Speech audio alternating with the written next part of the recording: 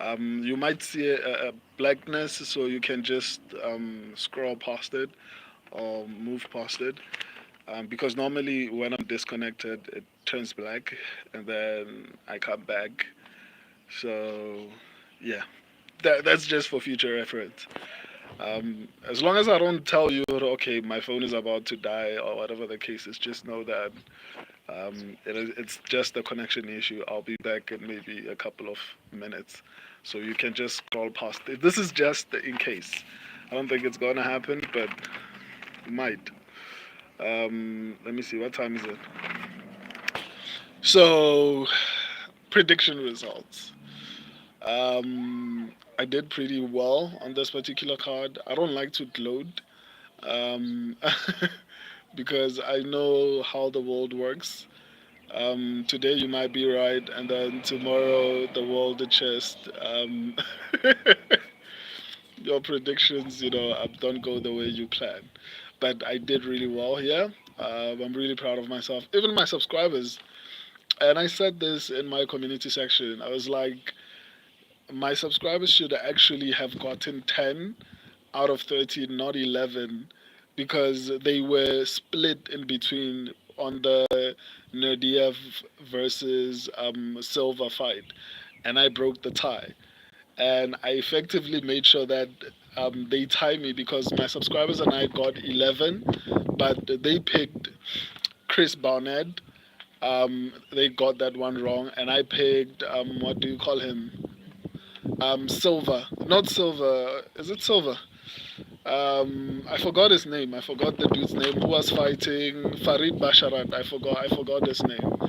So I picked that guy and he lost. And the other person that we got wrong is Orobai. But the fortunate thing is I actually predicted the fact that there's a possibility for an upset in that particular fight, even though a lot of people were saying, well, we're saying Orobai is going to run through Mateus Rabeki and all that. And I was like, guys, I feel like Mateus is a little bit better on the feed, and if we can keep it standing, that is going to be a serious problem for him. But people were feeling a bit confident. So yeah. Anyway, let me get to the card. Basically, the prediction results. What a lot of people are here for. I mean, a lot is an exaggeration, but yeah, some of you. Bruno Silva versus Ismail Nerdiev. My subscribers and I went with Ismail Nerdiev. Um, Actually, my subscribers were 50-50 here. So I love you guys, but I'm not going to give you credit for this one. This pick belongs to me. I broke the tie. So my subscribers were between on this fight. I broke the tie and I gave them the Nerdiev pick, and yeah, we got it right. Nerdiev looked incredible in that particular fight, but I feel like he will do significantly better at welterweight. I feel like he's a little bit undersized and he's gonna have a bit of a problem as he climbs up the ranks. But at the same time, look at Topuria. Topuria could potentially fight at bantamweight, and he's just destroying people at featherweight. I mean, Volkanovski was the same way. Um, he could have easily went down and fought at bantamweight, but he was doing really well at featherweight. So maybe height is not going to be that much of an issue, but yeah, I feel like he's undersized. But other than that, man, he looked better. I was worried about him, but one of my subscribers actually pointed out that Nordiev went pro when he was like 18 years old, so he has acquired like a pretty decent experience. He looked good, man. I look forward to seeing him against other opponents. A lot of people are trying to discredit his performance and saying, well, Bruno Silva looked like he was checked out. I don't feel that way. I feel like Bruno Silva was trying. He's just not as good as people feel like he is. I think the problem is Bruno Silva took Pereira to a decision, and I feel like that's largely because Silva was wrestling, was mixing it up basically in that particular fight, and Pereira was not as experienced as he is right now, so he didn't have as much confidence in his ability to defend takedowns and everything else. Like he was still very green in the sport. So I think that's one of the few elements that actually, um, what do you call it? That actually influenced the performance. So I don't know. But I guess we'll just have to wait and see. But Nadia looked really good. I got this one right. I did really well on this card. I'm proud of myself. um, my subscribers too, I should mention. Anyway, we got this one right. On to the next one. Ibo Aslan versus Rafael Sequeira. My subscribers and I went with Ibo Aslan. Um, I was worried about this one because I felt like Rafael Sequeira would be problematic, largely because he trains with the UFC heavyweight Jelton Almeida. So that worried me a lot. But man, Ibo Aslan came out and just beat the living crap out of the living crap out of Rafael Sequeira, man. I was worried. I'm not gonna lie. This was if you watched my upsets predictions, I was like my pick is Ibo Aslan because I feel like he has the higher probability of winning. But I felt like Sequeira would give him at least a challenge to some extent. It wouldn't be as easy as it was. But kudos to Ibo Aslan, man. He did really, really well. Um, this was the only underdog I got. Actually, only two underdogs won, so I picked one of them. Good for me.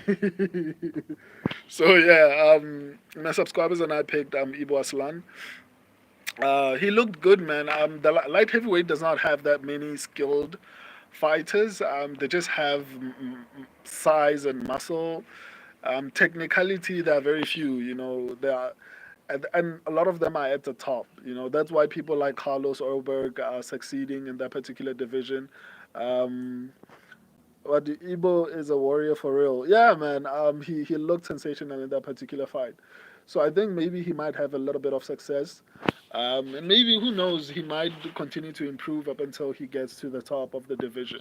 But yeah, this was the my under one of the two underdog picks I got right. Um, yeah, one of two. One of yeah one underdog. I don't know why I'm saying even that. So yeah, we got this one right. On to the next one. Psycho edits. I love you, bro. I appreciate that, man. Love you too, man. I love all my subscribers, man. It means a lot. One day you will on top. Yeah, that's the plan. But one of the things that worries me is not being able to respond to all of you. I don't want to lie. That out of everything that concerns me about growing my channel, becoming bigger, is the fact that eventually I won't be able to respond to because I respond to comments and everything. But that's the goal. The more I grow, the more accurate information you guys get. That's the goal. Anyway, we got the Ibaslan fight correct. On to the next one. Rinat Fakhretdinov versus Carlos Leal. My subscribers and I went with Rinat Fakhretdinov. Can I teach you some Hindi words? You can. Um, a lot of people are saying this is a robbery, and I agree. It is a robbery. But there are a lot of people saying allegedly. I'm not saying this is accurate, but allegedly, Carlos Liel apparently is on PEDs. He's roided up. Allegedly, this is not. There are numerous channels that are reporting this. This is not my opinion. So there are a couple of signs like the pimples on his back and a couple of things that people were pointing to say this guy is on roids, allegedly, right? So for me personally, I get that it's a robbery, but at the same time, um, Nathan Keno, why don't you get timestamps? I like your channel predictions, but it's hard to watch all 15 minutes of your video. I work and have a family. If you could make it easier for us all by putting timestamps, and you're not the first person to ask me to put timestamps, man. I'll try to do that. The problem is, the problem with timestamps for me is that go to the community section. I have to upload. Let me see. 17, 17 statistical polls basically, where the subscribers vote for who they think is going to win. If a fight is risky or safe, who's the most intelligent fighter, who has better cardio, better gym, and all these type of things. That every single day I have to post 14 posts in the community section. I have to edit all UFC fights. Normally, on a regular week for UFC, there's like 12, 13 fights. And even when fights change, I have to update the fights on the short section. The video section has to have a video that's coming out every single day. So, um, Psycho edits, I'll get to Hamza Chimaev, man. So, answering Nedniel, I don't know if I'm pronouncing your name properly. There's so many things that I do on the channel that normally I'm exhausted. And on top of the things I do in the community shorts and video section, I also do these lives on Monday, on Wednesday, and on Friday. So, and once I'm done here, I also do other things because the channel is not paying me yet. So I have a full-time job and I have chores that I normally do. So that's one of the things that prevent me from doing things like timestamps because I think I haven't done timestamps, but I assume that in order to do timestamps, I have to watch the entire video and actually um, up, highlight where I'm talking about this particular topic. I'll try to do that. I promise I'll try. But it's not because I don't want to. It's because I'm overwhelmed by the channel. Um, it's working efficiently, but I'm the only person who's running the channel. That's one of the biggest reasons why. You are a best YouTuber for me, bro. I appreciate that. So I'll try to do timestamps. I promise. But if you don't see them immediately, don't think I don't want to. Just know that I do everything. Go through the entire channel, the video, shorts, community, and live section of the channel. I do everything alone. Like I don't have anyone who's helping with editing. I I analyze the predictions alone. Like I do the research myself. I do everything. Everything you see on the channel, I do it alone. So I just want you to understand that I'm not just I'm not if I don't add timestamps, it's not because I don't want to. It's just that I'm overwhelmed. That's basically the only reason. Let me proceed. So Rinat Fakhridinov was definitely, I mean, Carlos Liel was definitely robbed. However, at the same time, like I was saying, allegedly he's on PEDs. So I feel like it's hard for me to defend him, even though it's not like confirmed. I mean, there's a couple of people who feel pretty confident that this guy is actually on those things. And there are close sources, according to the reports that I've seen, that this guy is sourcing, you know. So it was a robbery. I'm not even going to defend it, but when you consider the fact that someone was potentially using unfair substances, um, I'll get to Hamza. I'll get to Hamza. So when you consider the fact that someone was potentially using, you know, unfair substances, I feel like it's hard for me to defend him. Anyway, my subscribers and I got this one right. I'll respond to everyone in the comment section once I'm done. Um, so yeah, my subscribers got this one right. On to the next one. Farid Basharad versus Victor Hugo. This is the second and last fight that I got wrong. My subscribers went with Farid Basharad. I went with Victor Hugo. So the only fights I got wrong on this particular card was Victor Hugo and what do you call him? Um, Orobai, yes. So I overestimated Victor Hugo. I think I saw his skills against the lower level fighters, and I assumed they would translate as he rose in the ranks. Um, yeah, his performance was disappointing, largely because he was going for leg locks. that it. I think leg locks are some of the most stupid submissions to attempt because they hardly ever work. Like, when was the last time anyone submitted anyone with a leg lock, especially so close to the rankings? Like, it doesn't really make sense. Um, Welcome to the stream. Once upon an oil fest. I'm going to respond to everyone once I'm done.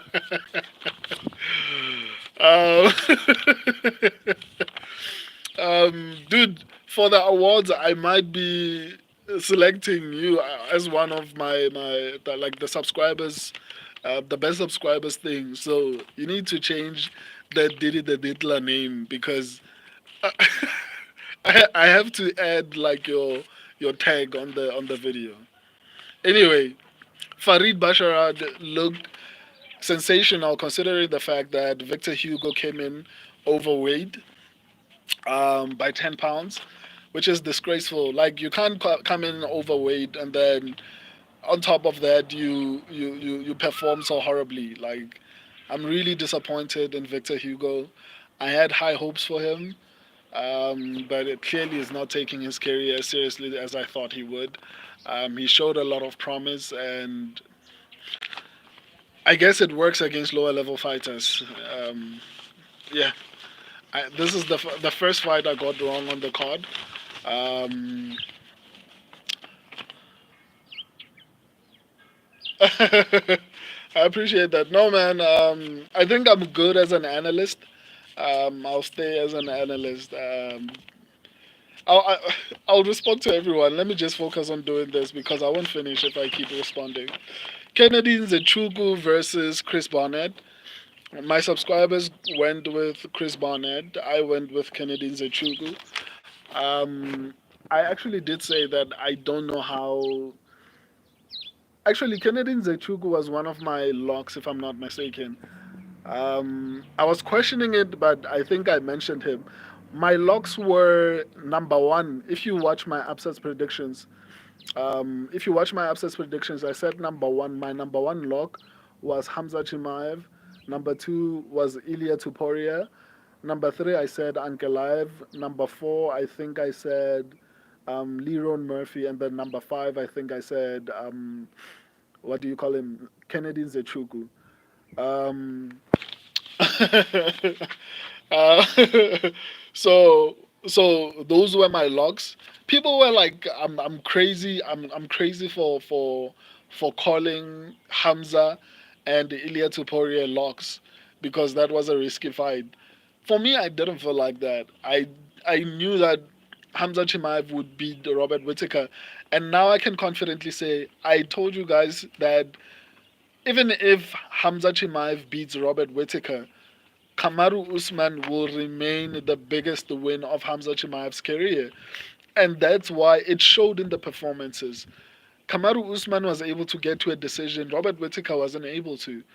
And that's why that 1 hour breakdown that I did on the co-main event between Hamza Chimaev and Robert Whittaker, I explained my reasons for saying that. Kamaru Usman achieved a lot more in his career when he was a champion than Robert Whittaker, and that's why it was difficult to beat Kamaru Usman. And I think I did say that I think Kamaru Usman is probably what will forever be the most difficult challenge for Hamza Chimaev. From now onwards, I don't see anyone being as difficult as Kamaru Usman to beat. Um, but I'll get to that when I get to the Robert Whittaker fight. So Kennedy Nzechuku, it was um, to everyone who just joined the stream, I'm going to reply to everyone in the comment section once I'm done. If I start replying now, I don't think I'm going to finish. I'm just trying to make it convenient for people who are going to watch the stream once I'm done with the stream. So I prefer to just finish and then respond to everyone and have a conversation with you guys. So Kennedy Nzechuku looked good in that particular fight. I mean, why is Chris Barnett trying to fight at heavyweight? Like, he's so skilled that it's sad that he's wasting his career, or rather, he wasted it. I think he would have potentially been a title contender if he had went down. Like, if he tried to make like welterweight or lightweight, I think he would have. he would have done significantly well because he's not a heavyweight, he's not a light heavyweight, he's not even a middleweight. Um, so it's quite sad. I don't know what's happening. Why is the lagging? Anyway, it's quite sad that Chris Barnett is actually wasted his career like this because I feel like he is a really decent fighter, or maybe it's because he's fighting at heavyweight, and heavyweight does not have that much skill, so that's why he's been able to have the success that he had. But imagine Chris Barnett at welterweight. I think it would have been a serious problem. I feel like he ruined his career. There was no way he was going to beat Kennedy Nzechukwu because I did say that the same way that Alexander Volkov beat Sergey Pavlovich, I did say that that's the same way I felt like Kennedy Nzechukwu would beat Chris Barnett. Just pick him apart at a distance, and when you feel like he's slowing down, be a little bit more aggressive, and that's what happened. He picked him apart at a distance and eventually finished him. It was sad to watch, I'm not gonna lie. I wasn't really celebrating that, even though that was my pick and that was my lock, and I'm very competitive about my picks. I want, especially my locks. Whenever I say someone is a lock, I expect them to win. So I celebrate like if you. That's why I say I need to do watch-alongs, like live watch-alongs, because my reactions when I watch fights, I'm like, I seem crazy. I seem crazy. So anyway, I wasn't really celebrating that one. I was happy, of course, that my lock actually won, but I wasn't really celebrating it as much as I celebrated the other wins. If you saw my reaction to Hamza Chimaev winning, I was I was screaming. I think like if you were next door, you would have heard me. Like I was screaming. I repeated that finish multiple times. It was incredible. I can't wait to get to that fight. Anyway, Kennedy Nzechukwu won. Um, and I expected him to win. I did. I actually even said that if Nzechukwu loses this fight, he should be cut from the UFC because how do you lose to Chris Barnett? He's shorter than you. He's older than you. He's overweight. He hasn't been active for 2 years. Like how do you lose to him? Like it wouldn't have made sense for for Kennedy Nzechukwu to lose. He needed to look how he looked. Otherwise, it would have been bad for his career. On to the next one. My subscribers, I got this one right. My subscribers got this one wrong. On to the next one. Abbas Magomedov versus Bruno Ferreira. Um, my subscribers and I went with Abbas Magomedov. I did say that on the feet, I felt like the fight would be close. However, I felt like Abbas Magomedov would have the advantage on the ground, and that's exactly what happened. Um, Ferreira has a lot of power. I think he would have had a little bit more success had he been a bit more aggressive at the beginning of the round because, or maybe it's because Abbas Magomedov had cardio and that's why maybe he was a little bit more problematic in the first round and he slowed down a little bit in the second round. So maybe that's why. But I think Ferreira, if he tried to be a little bit more aggressive, he probably would have had a little bit more success. Or maybe he might have been knocked out. Who knows? But nonetheless, I also feel like Ferreira should move down to welterweight. I think he will have a lot of success there. Um, I'm disappointed in Abbas Magomedov. He won. I picked him. I'm happy, but I expected his cardio to be a little bit better for how he looked. He looked ripped, and in my head, I was like, okay, this dude. Actually, I don't know why, which is contradictory to what I said about Hamza Chimaev. Because leading up to the fight, I was saying that Hamza Chimaev did not look as muscular and as ripped as he used to, and I said that that's probably going to be a good thing, or if it's not because of health issues. Because normally the people who have good cardio are not ripped, like they're not toned and defined. They don't have defined muscles. And I made an example with Merab Devalishvili and Colby Covington, even though I felt like Colby Covington does not have great cardio. He was just young and knew how to use his youth in order to win fights. But nonetheless, I was right about that one. So I'm disappointed at Abbas Magomedov. I expected his performance to be significantly better. He won, he got a finish, but it wasn't impressive for me. Did he get a finish actually? Um, I live in South Africa, so I'm going to respond to everyone. I'm sorry. I'm going to respond to everyone. Let me finish, guys. So yeah, my subscribers and I got this one right.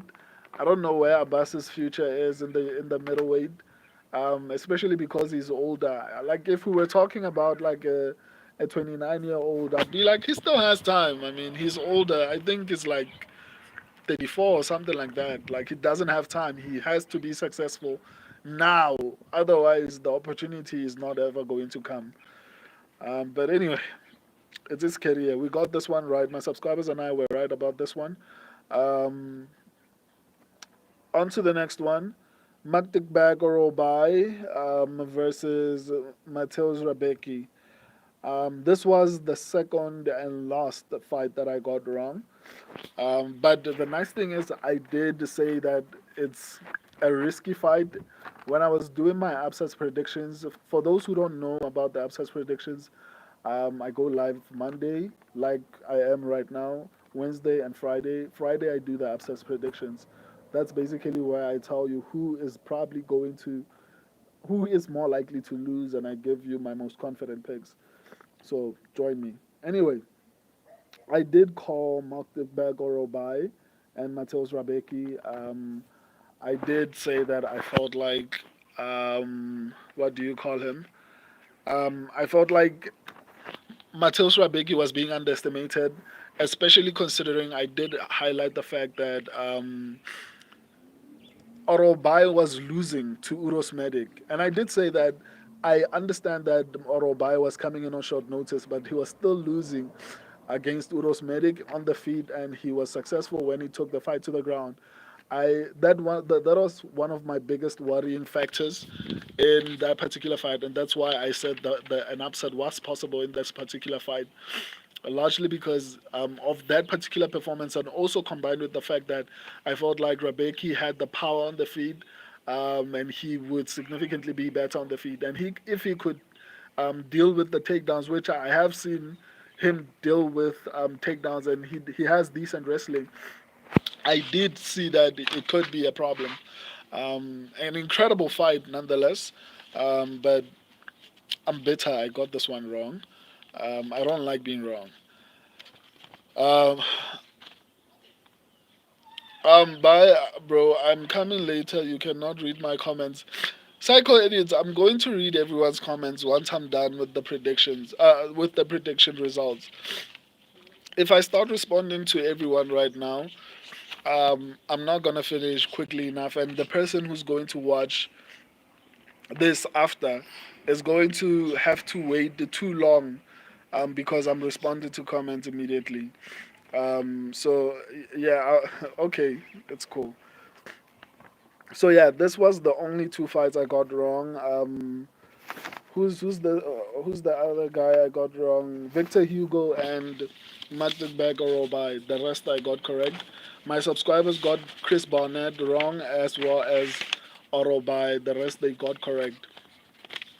Actually, they should have also gotten Bruno Silva wrong, but I don't know. Maybe they would have went with Nerdiev because they were 50-50. I just, I just feel like I should have won this one.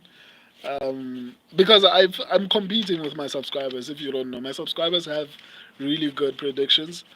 So yeah, I like to win. Anyway, Jeff Neal versus Rafael dos Anjos. My subscribers and I went with Jeff Neal. I felt like he would be better. He has a background in wrestling. Um, Psycho edits. He has he has a background in wrestling. He has the power. Jeff Neal looked incredible in this particular fight, man. Like he looked like he can actually make a run for the title. He looks like he can make a run for the title. I know he was fighting an older version of Dos Anjos, but still, man, Dos Anjos actually went to gave Mateus Gamrot a run for his money, and Mateus Gamrot is in the top 10 of the lightweight division, and that's not an easy thing to achieve.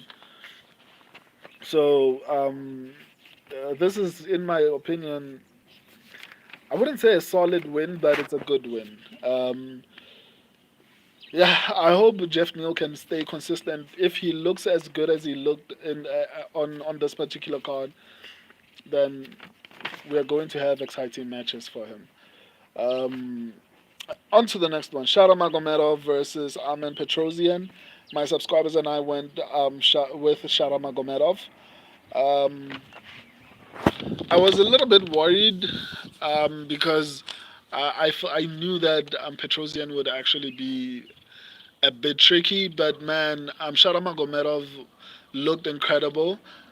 And I like this matchup because it gives him an opportunity to actually improve his grappling instead of just throwing him in there with Bo Nickel. You give him people who are a little bit more complete. I know Petrosian is not like an elite level wrestler, but someone who has the ability to shoot takedowns and give you different looks. I'm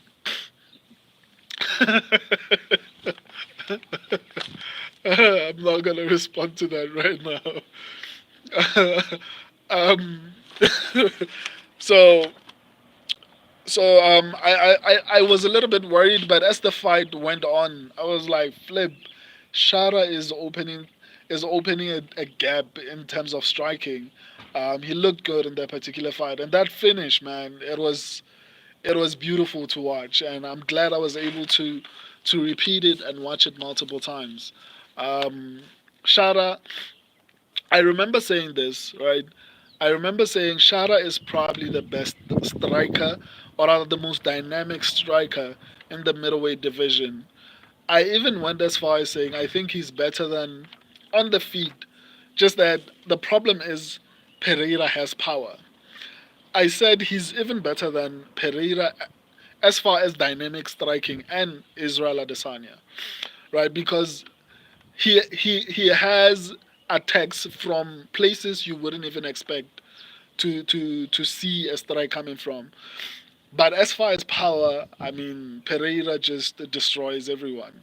But when we talk about technical strikers, I feel like Shara Magomedov is probably the best technical striker in the middleweight division.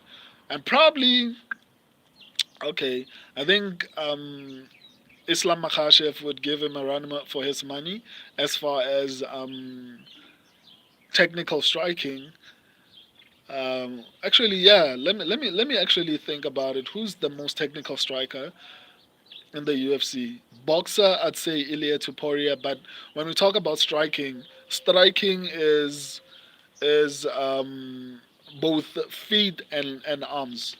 Anyway, let me not go into that. Maybe that will be a separate stream when I'm feeling like I miss you guys. But my hand is starting to hurt because I go live so many times. I need to get a stand. Anyway, that was an incredible finish by Shara Magomedov. Um, um, so yeah, my subscribers and I got this one right. I'm looking forward to Shara Magomedov's career. I really, really hope he improves his takedown defense because that's one of the downfalls for a lot of strikers. So I hope he has the same path as what do you call him? Hi, man. To everyone who just came in, I'm responding. I'm responding to comments once I'm done. Um, so I hope he gets. Damn, the comment section is starting to line up. I'm hoping that he improves his takedown defense, and he's decent. So yeah, we got this one correct. On to the next one.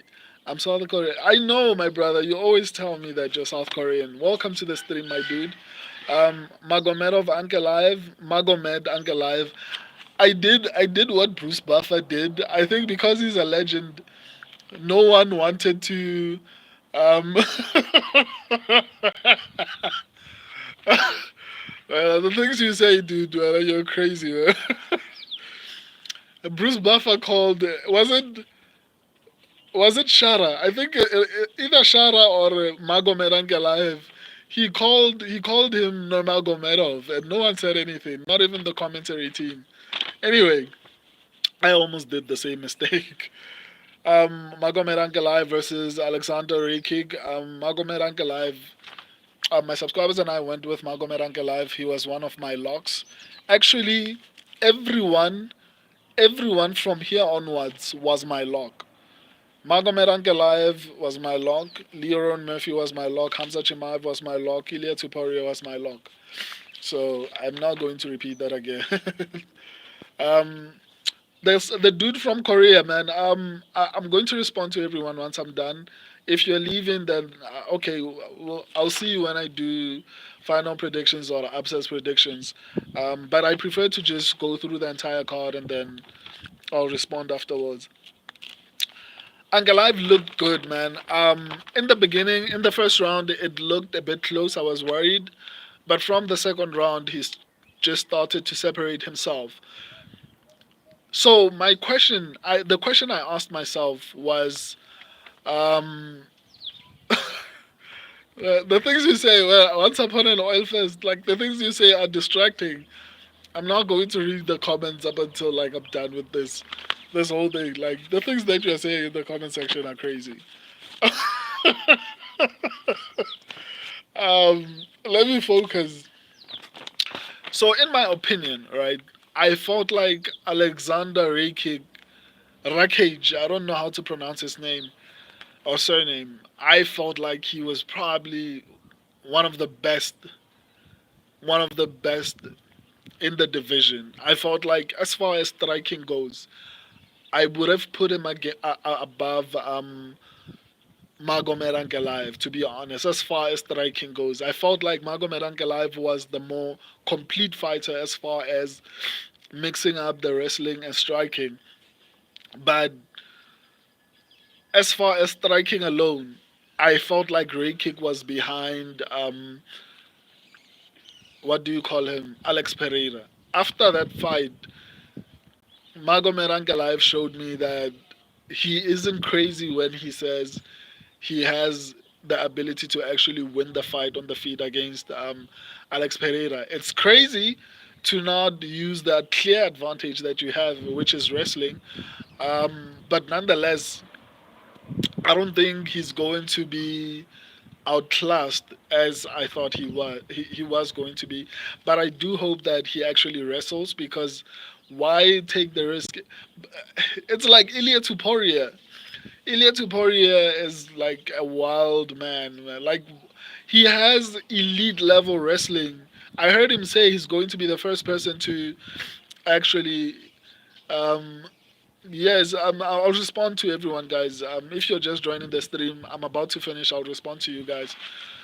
I heard him saying he's going to be the first person to submit Islam Makhachev.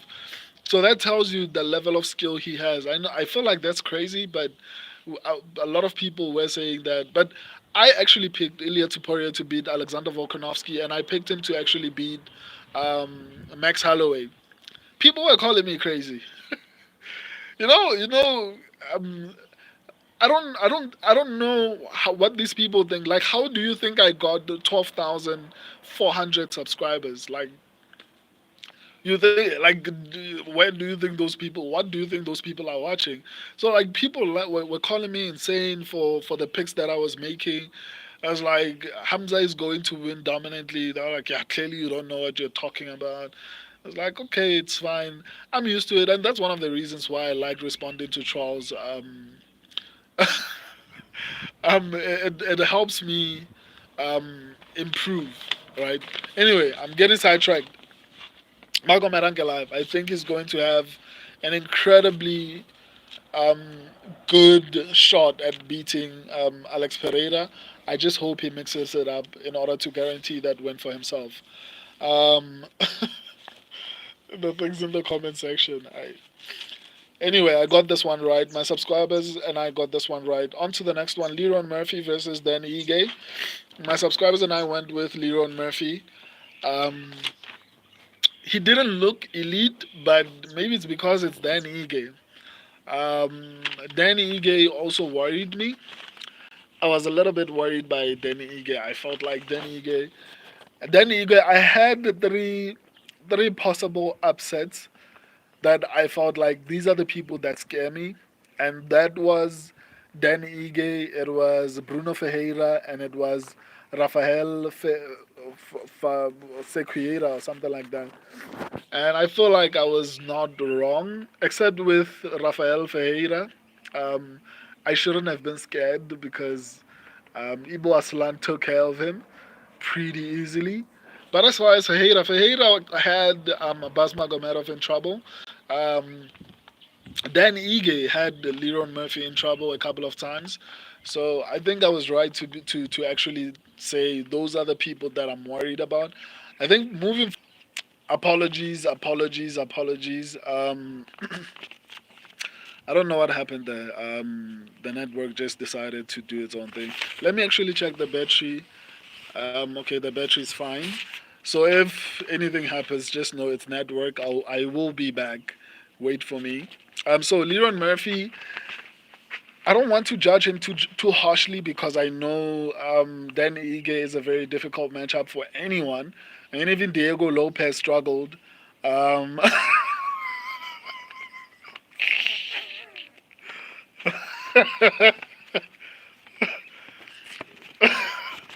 why would they attack him? I know you're insane, dude. Like you're a crazy person. So Leron Murphy. Leon, I'm looking forward to seeing him against higher ranked competition. If you're going to be a future champion, you shouldn't be performing like that. You know, it should be clear who won. And Leon Murphy won, but I was worried. I'm not gonna lie. In that fight, I was worried a lot of the time. But yeah, my subscribers and I got this one right. I'm still not sold on Leron Murphy, but I was right about my picks, so that's the most important thing to me. On to the next one, my main event. It wasn't the actual main event, but this was my main event. Robert Whittaker versus Khamzat Chimaev. My subscribers and I went with Khamzat Chimaev. Here's the thing about my subscribers, guys. My subscribers are like geniuses when it comes to these predictions, man. They called a round one finish, right? And a couple of people were like, nah, fam, that's not going to happen. Robert Whittaker is going to be difficult. And even I said that. I was like, Robert Whittaker is going to be easier than Kamaru Usman. Kamaru Usman is a really good wrestler. And people were like, no, he has bad knees. And I was like, okay, so his whole career, his knees did not prevent him from defending takedowns. And all of a sudden, when he fights Hamza Chimaev, his knees decide to not work.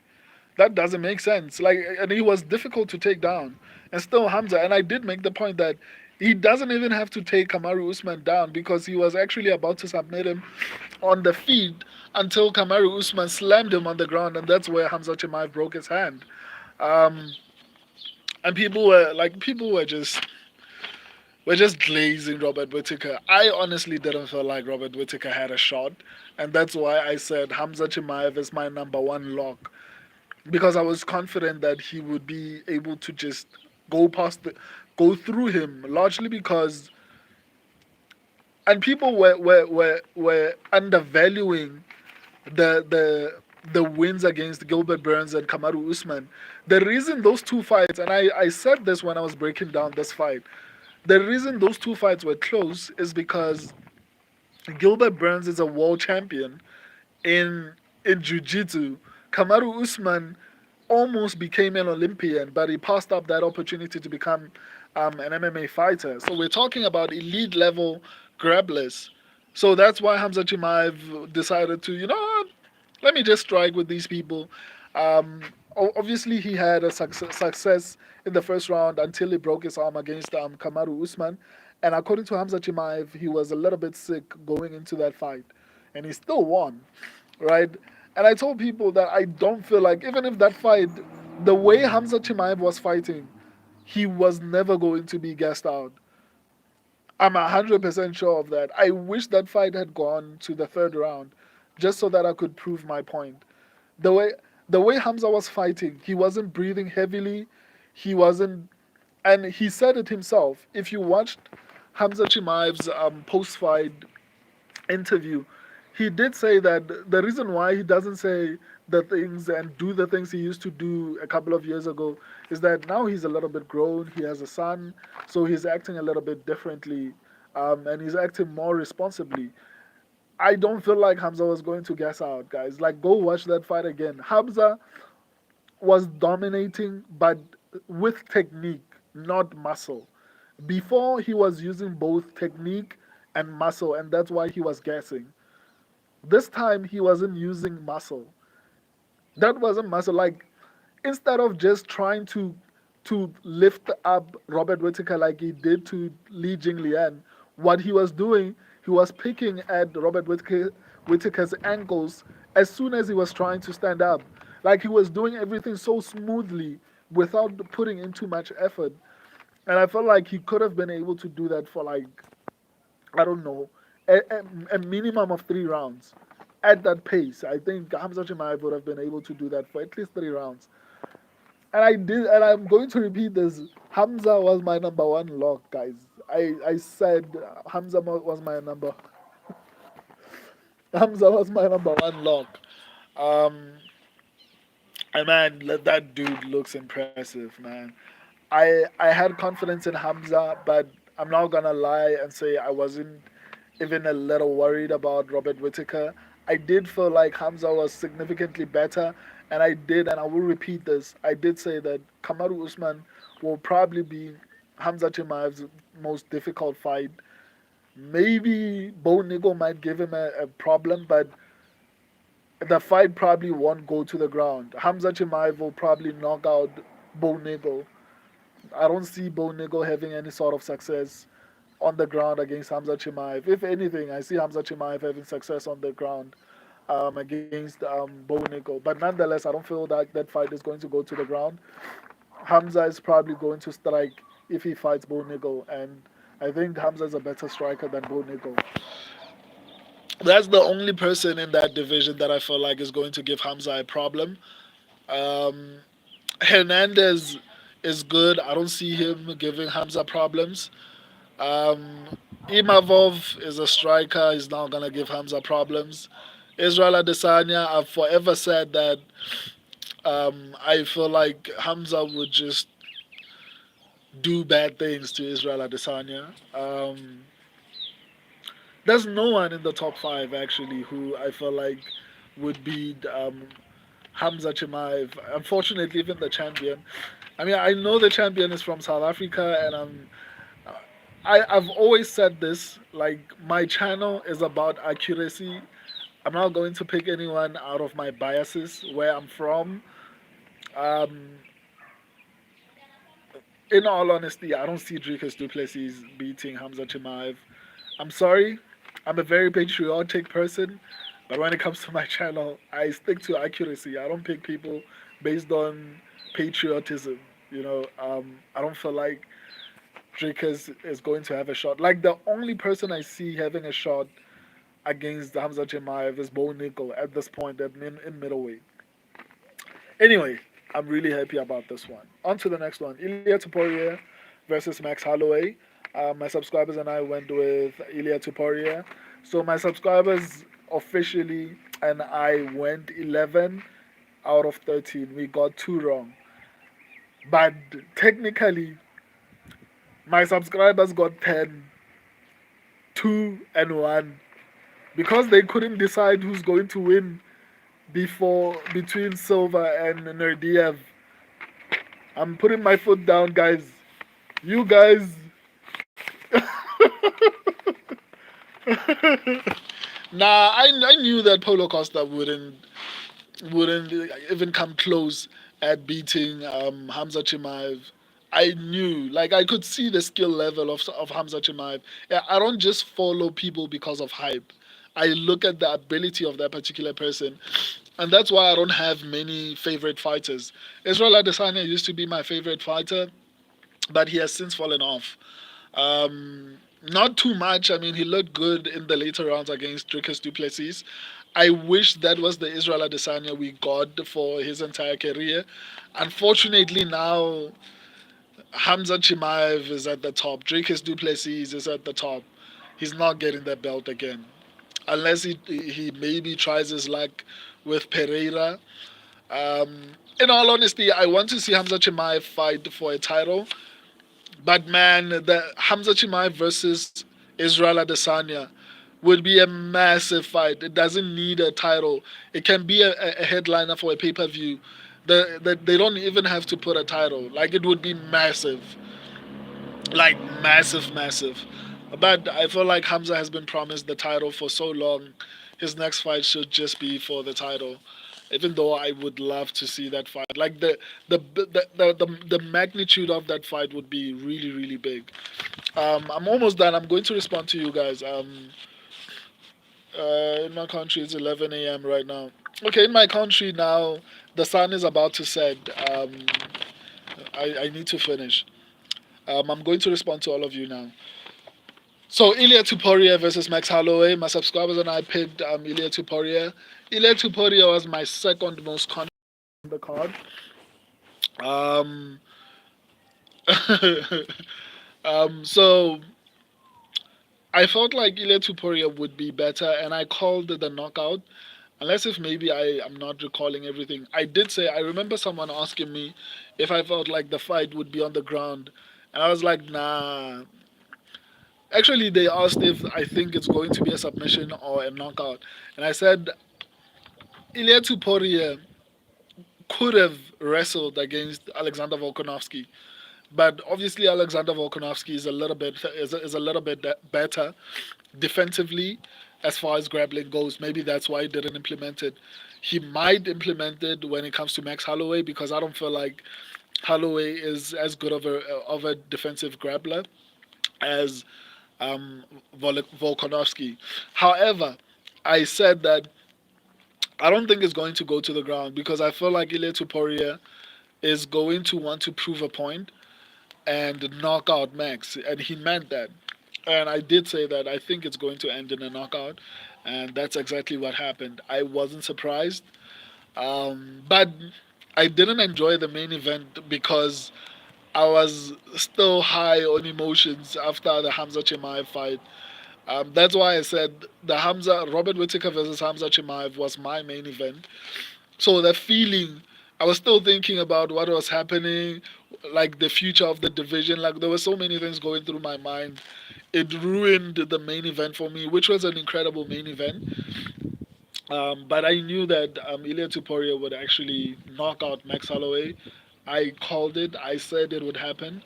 Um, yeah, that nothing surprised me. That's why these people were my locks.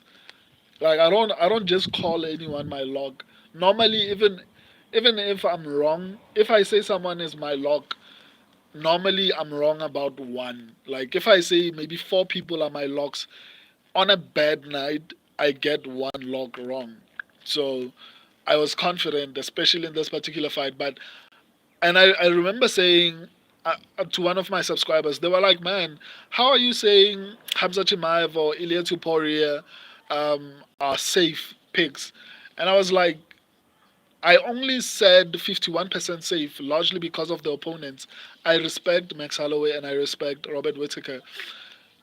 If it was anyone else who was fighting Hamza Chimaev or Ilia Tuporia, I would have said 70, 80% safe. Like I felt pretty confident about these people winning fights. I was a little bit shaky on Leron Murphy, but otherwise I was confident in Kennedy winning. I was confident in Hamza winning. I was confident in Ilia winning. I was confident in Ankalaev winning. So yeah, nothing was surprising. I felt like the co-main event spoiled my main event because I was so excited I couldn't even enjoy the main event. But nonetheless, I was right about every pick except two. That's really good. I'm not going to be too arrogant because this is the fight game, you know. UFC 30 wasn't UFC Noche might just happen again, you know. That's my Vietnam.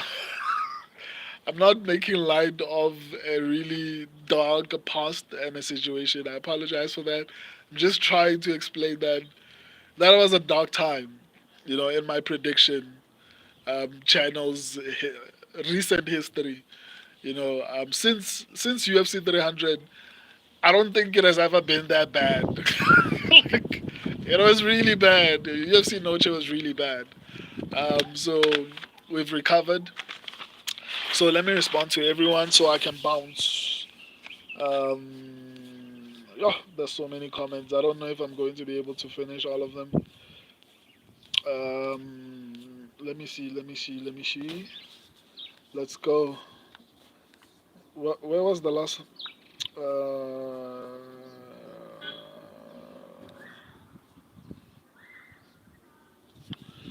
Uh, Psycho Edits wanted to teach me Hindi. Bro, say kaise ho. I don't know what that means. I hope you're not making me say swear words. L, what do you think about Shara the Bullet? I think he is a real deal. Yeah, he is, man. I just hope he works on his takedown defense. Um, Ned Neil Kano. Why don't you get timestamps? Okay, I think I responded to this. Psycho Edits, what do you think about Hamza got a title shot or Strickland? What has Strickland done? He doesn't deserve a title shot. Plus, he's being like racist for absolutely no reason. So, I hope the UFC skips him. Plus, he's not exciting. Like, I don't know what's the excitement with Sean Strickland. Like, he's not exciting. Like, when was the last time Sean Strickland had an exciting fight against Israel Adesanya? Before that, when was the last time Sean Strickland had an exciting fight? The dude doesn't have exciting fights. Like the fight that was exciting was Abbas Magomedov, and it's because Abbas Magomedov guessed out. Like, I don't want to be bored in the main event looking at Sean Strickland throw a kick and a tip kick and a jab the entire 25 minutes. We know what's gonna happen, and we know it's not gonna knock out um, Dricus Duplessis. So why are we doing that again? No one wants to see that. Give Hamza Chimaev a title shot. He'll take the belt away from Dricus Duplessis and he'll dominate Sean Strickland. If Sean Strickland wants a title shot, he should wait for Hamza Chimaev to get the belt so that he can beat the living crap out of him for all the things that he's been saying online. I don't think Sean Strickland deserves a title shot. Um, Psycho Edit, okay, bro, no problem. You are the best YouTuber for me, bro. I appreciate that, man. I feel like I still need to improve. I still need to earn that title. And that's why I don't like calling myself an analyst. Even though my predictions have been really good this year, I feel like I'm still far away from actually earning the title of an analyst and an MMA analyst. Because even though my predictions are good, even though my breakdowns are good, I feel like I need to get another year under my belt doing this, especially these lives, because I wasn't doing live. I haven't been doing lives for a year, I think. It's been less than a year of me doing these lives. So I need to do lives for at least more than a year before I can even call myself an analyst. But I appreciate that. I put in a lot of work in the channel.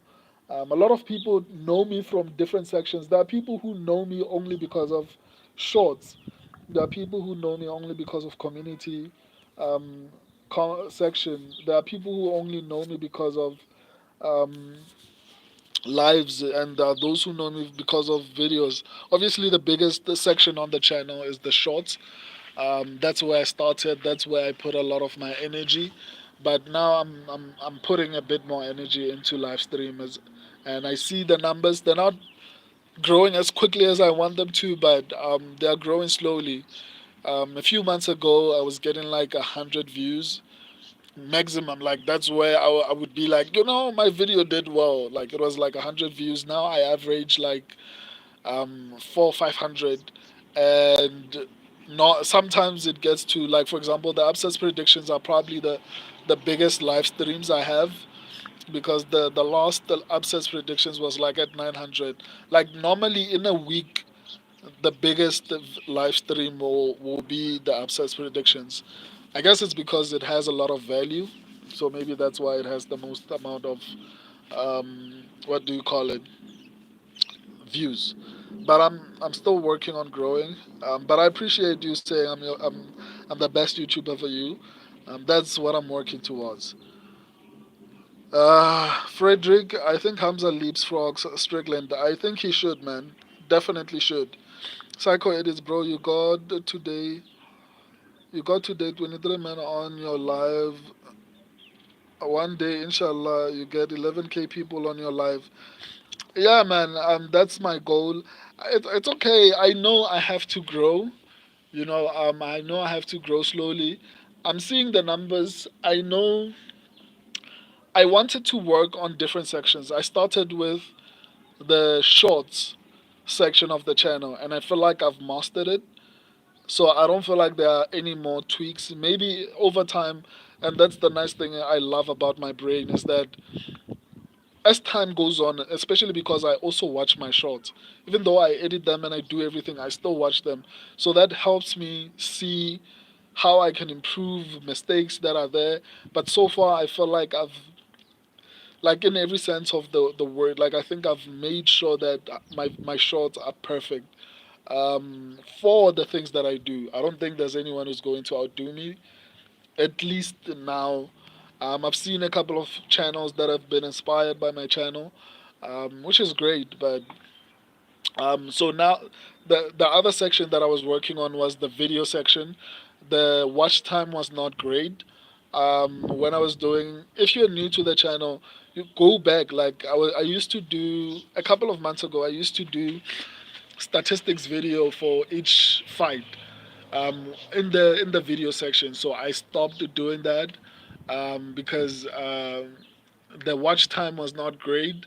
The click through, people were not clicking on the video as much as I wanted to. So the changes I made now have have taken it to another level. The views have not gone where I want to, but because of the click through rate and because of the watch time, I'm confident that they are going to take off crazy very soon. So my attention was on the shorts. I was done with the shorts. My attention is a little bit now on the video section, but I think I'm almost done. I'm just waiting for YouTube to just take it off because the watch time is really high and the click through is really decent. So once I'm done with that, I'm going to now give my attention to live streams and see how I can improve it. But I have a plan. I want to have a studio where I do live streams. Like once I get monetized, guys, like the content that you're going to get from my channel is just going to be it's I don't know how to describe it, man. Like I put in a lot of effort into what I'm doing right now. You can't you probably see my channel and you feel like, okay, this is great. It's not as good as it's going to be. I promise you. I can promise you that. This live stream will have a studio. Like it'll be incredible. Just wait. But I appreciate you and the well wishes, man. I hope and I pray and I know that eventually I'll get to a point whereby I have 11,000 people watching live.